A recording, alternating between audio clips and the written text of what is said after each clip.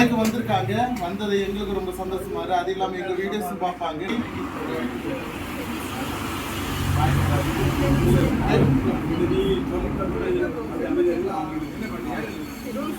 பெபிசி நேகாவா அவங்க ஐடி?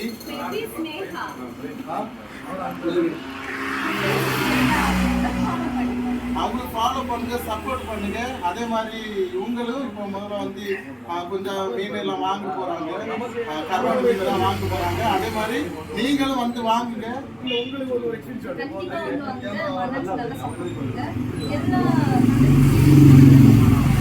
கண்டிப்பா